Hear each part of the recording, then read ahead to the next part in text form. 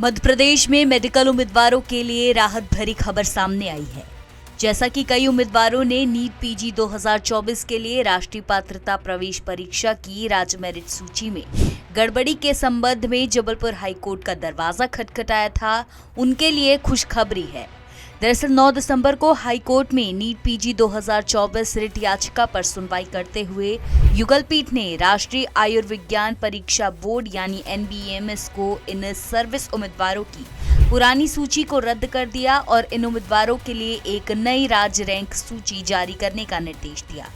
High court ने NBMS को ये भी आदेश दिया है कि इस लिस्ट में उम्मीदवारों को रॉ मार्क्स की बजाय इंसेंटिव मार्क्स के आधार पर नंबर दिए जाएंगे। कोर्ट ने यह भी कहा है कि नॉर्मलाइज्ड मार्क्स के साथ इंसेंटिव मार्क्स जोड़कर नई लिस्ट बनाई जाए। और मध्य प्रदेश हाईकोर्ट की डिवीजन बेंच ने मेरे आर्गुमेंट सुनने के बाद पूरी की पूरी मेरिट लिस्ट जो है प्री पीजी की उसको क्वाश कर दिया है और इनसे कहा गया है कि आप नई मेरिट लिस्ट बनाइए, जिसमें उन्होंने पूरा डायरेक्शन दिए कि इस तरह से अब आप नई मेरिट लिस्ट बनाएंगे। तो इससे फ़ायदा ये होगा कि जो मेरिटोरियस बच्चे हैं जिन्होंने इतनी मेहनत करके प्री पीजी के एग्ज़ाम दिए, उनकी जो मिडनाइट ऑयल जो उन्होंने बर्न किया, उनकी जो मेहनत है उसके बेसिस पे उनको अच्छी सीट्स मिलेंगी। कोर्ट ने यही बोला है कि एक तो नॉर्मलाइजेशन प्रोसेस जो है, नॉर्मलाइजेशन प्रोसेस का मतलब ये नहीं कि बस आप एक फॉर्मूला बना दो और आप ये भी ना देख पाओ कि जो बच्चा ऑल इंडिया रैंक में 2000 रैंक ऊपर है वो स्टेट लिस्ट में 200 नीचे कैसे जा सकता। तो अपने आप में formula in itself is absolutely wrong.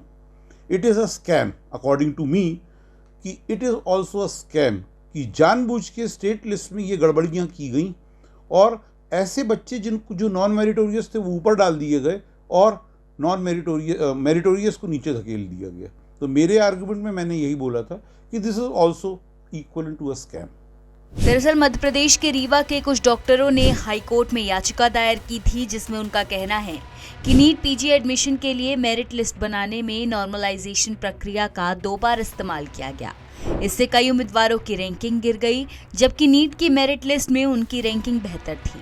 उन्होंने अदालत से अपील की कि एडमिशन प्रक्रिया में हो रहे नियमों के उल्लंघन पर रोक लगाई जाए और पहले राउंड के रिजल्ट की घोषणा पर भी रोक लगाई जाए। अब इसी को लेकर जबलपुर हाई कोर्ट ने छात्रों के हित में फैसला लिया है और दोबारा से नई सूची तैयार करवाने का फैसला दिया है। लेटेस्ट, इन्वेस्टिगेटिव और इन डेप्थ खबरें देखने के लिए ज्वाइन कीजिए द सूत्र का व्हाट्सएप चैनल, सब्सक्राइब कीजिए यूट्यूब चैनल, लाइक कीजिए फेसबुक पेज और पढ़ते रहिए वेबसाइट www.dasudr.com।